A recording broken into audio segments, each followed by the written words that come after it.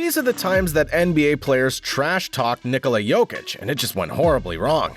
And we kick things off with the time that Nikola Jokic and Gary Payton went straight after one another. See, this whole situation started off in the postseason, with the Golden State Warriors up 1-0 in the series heading into this important game 2. The first quarter was nearing an end, and Payton jumped straight up while guarding Jokic and rejected his layup attempt with emphatic force. After that, the Warriors started to break out in transition, while you could still see Payton stand over by Jokic and share a few words towards him after blocking a shot. Jokic and the Nuggets were slowly slipping from their lead to begin with, and you could feel the frustrations early on. That was when Payton went and did this to the Joker. Playoffs bring it out of you. GP2 had that block, little swat on the behind, Jokic not having it. Yep, that's right. He literally just cruised past him and slapped him on the butt. Now, looking back at it, this didn't look like it had dire intent. As a matter of fact, Payton might have actually just been giving him props for the fight they were in throughout the game as opponents.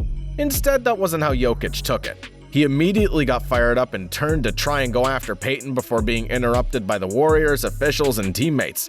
The switch was flipped from that point on. Jokic had been hovering around 25 points per game in the series before this incident, but afterwards he posted back-to-back 37-point outings followed by another 30-point performance. Oh, and we can't forget that 2 of those games saw him rip down at least 18 rebounds. The slap certainly amped up his game. That's exactly what happened in this next trash-talking story, when Julius Randle tried to go after Jokic. This whole situation happened a few years ago, so Randle was still on the Los Angeles Lakers at the time and Jokic was technically a youngster in the league. The Lakers were winning this game by 9 points with 30 seconds left, so the Nuggets knew that it was over, and so did everybody else in the stadium. A Denver teammate chucked up a shot in an effort to at least make it closer before the final buzzer and bricked it. As you were busy staring at that, Randle gave Jokic a small nudge over at the other end of the key, and it resulted in Nikola getting right back into the face of Randle. At this point, everybody was worried that this could potentially transpire into something significantly worse than just pleasant chirping. With 20 seconds left, both teams wanted to just get out of there without doing something they would regret. Eventually, the two split up, but Jokic didn't forget him. The following year saw Randle change threads, going to the New York Knicks. With the Knicks, Jokic finally got to meet up against him once more. Late in the third quarter of that particular contest, Jokic detonated on Randle and dunked all over him. Late night there. Jokic coming in, and there it goes. Another dunk for the big fella. He also finished with 22 points and 10 rebounds, while the Nuggets got a double-digit victory. Randle might have forgotten, but the Joker didn't. Speaking of not forgetting, Nikola remembered this particular confrontation that he got into with none other than Russell Westbrook, who has to be known as one of the best instigators that we currently have in the league. Though that's a topic for a different day. What we'll be speaking about is how the Nuggets were ahead by 7 points against the Oklahoma City Thunder, with just 35 seconds left to go. Denver looked all ready to walk out there with a victory, but tempers began to flare up. Everybody was lining up for a jump ball when Jamal Murray tried to put his arm in front of Westbrook an inch closer. Russ took exception to that and slapped his arm away from him, and the two began to get into a shouting match. Immediately after the whistles were blown, you could see Jokic run up behind Westbrook and start barking in his ear to let him know not to touch his teammate like that. When Russ figured out how close he was, he turned and shoved Jokic away from him, as well as both teams had players in the middle of the scuffle by this point. Some camera angles got a fairly good look at what he had to yell over to Jokic and Murray, and it was something along the lines of, "I'll F you up." Just like what Nikola did to Randle when he joined the Knicks, there was no question that he had the next matchup with the Thunder circled on his calendar. And well, he delivered that game.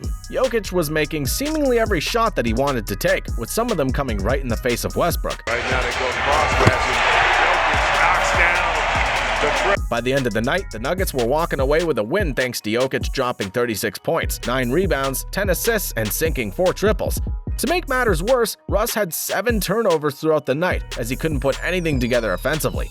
I guess he won't ever be trashing on Jokic ever again if he has the chance. The same can be said about Dwight Howard, who picked the wrong time to get Jokic angry when the two were squaring off against one another inside of the NBA bubble. Tempers were already high because they were staying in a bubble to begin with, but it was worse because this was Game 3 of a series that the Lakers were winning 2-0.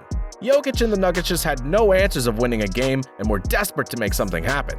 So when Howard knocked the ball loose from Jokic, the two big men immediately sprinted after it as it rolled down the floor. Howard took a slight step, stood in front of Jokic, and gave him a bump towards the sideline.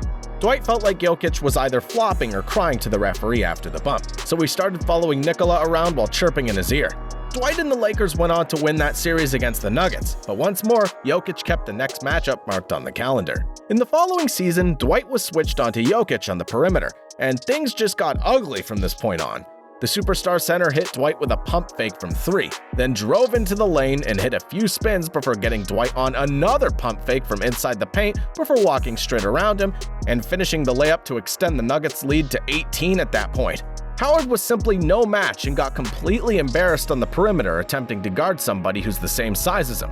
Jokic doesn't always just mess with people who are the same size as him from what you've seen in the video, because he doesn't care what you look like. If you come after him, he's gonna come after you. Just ask Markieff Morris. Morris has consistently been known as a trash talker that has a main role in annoying the other team on the floor. In this particular instance, he directed his sights at Jokic. See, Jokic knocked down a Heat teammate to block a shot attempt with just 2 minutes left in a game that was already decided. Morris had frustration over the matter and essentially body-checked Jokic to the side at half court. Jokic stumbled backwards but didn't fall over. And boy, did he have an answer. Jokic ran full speed and checked Morris right in the center of his back, crumpling him to the floor instantly. Nuggets have 5 on 4, and Jokic, oh no! Now look, this is a dangerous type of hit that could have seriously hurt him, but again, Morris did technically ask for this by sending his own body check first.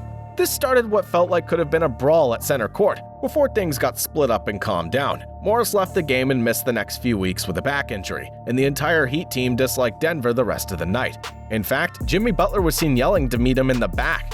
Some say that it was directed at Jokic, others feel like he was talking to Nuggets coaches who got involved. This wasn't just a thing Butler spouted out without thinking though, because images did surface later on that showed Butler and multiple other members of the Heat waiting in the tunnel with security keeping them away from the Nuggets locker room. Yes, this situation was getting that severe. Regardless, it was quite the scene that only happened because someone tried to poke the bear. Poking the bear is what Rudy Gobert did, and it seems to be what he often does, even though he can't always back that up. During a game against the Nuggets, he got whistled for a foul call on Jokic and was visibly upset with the officials after hearing the whistle. This is when he began mocking Jokic and his flopping by throwing his arms into the air and spazzing out like he was having a stroke. There's simply no way that Jokic didn't see him mock him, and the next game he let him have it. The Joker dropped 30 points, 21 rebounds, 10 assists, and 2 steals against the Jazz and Gobert in the following matchup. That's not all though, because Jokic put 47 points, 12 rebounds, and 5 assists on Gobert in the first matchup against them in the following campaign. That's right, Jokic's dominance against Rudy from that mockery stretched for multiple seasons, and is likely still resonating inside of his brain at the moment. We all know that Rudy isn't the best offensive weapon in the world, nor is he a guy that's able to back up his talk on the floor, and Jokic understood that completely. The L's that just keep on stacking up for Gobert at this point in time are just unbearable when you really think about it. At some point, the guy has to get an offensive bag or just stop trying to trash talk other players entirely. Simply put, he's just not that guy. We gotta love the trash talking in the NBA and the way some players can back it up. Just like when these players try to trash talk Steph Curry and got badly humiliated right after. Make sure to click on that video now to watch next.